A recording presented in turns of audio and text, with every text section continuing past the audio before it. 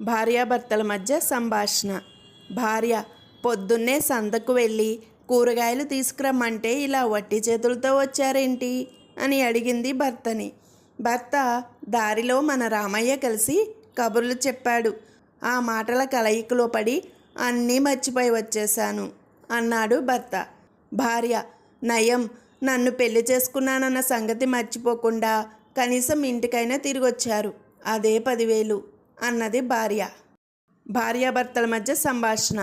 అయోమయంగా చూస్తూ భర్తతో ఇలా అంది మీనా. ఇదేమి కాలమో, మన అబ్బాయి ఎదురింటి అమ్మాయిని పెళ్లాడుతానని పట్టుపడుతున్నాడు అని చెప్పింది మీనా. ఈ కాలం పిల్లలు మన మాట వింటారా? అలాగే చేసేద్దాం అన్నాడు రామయ్య. మీ మతిమరుపు మండిపోను, వాడికిప్పుడు 11 కదండి అంది మీనా గాబరాగా. ఎలాగైనా ₹1,00,000 లోన్ ఇప్పించారంటే ఇల్లు కట్టుకుంటాను సార్, ఎలాగైనా మీ బ్యాంకు ద్వారా ఇప్పించండి అని బ్రతిమాలాడు పూర్ణారావు. ఇప్పిస్తాను, కానీ నాకు లంచం 10,000 ఇవ్వాలి అన్నాడు మేనేజర్. అలాగే సార్, 1,10,000 లోన్ ఇప్పించండి అన్నాడు పూర్ణారావు.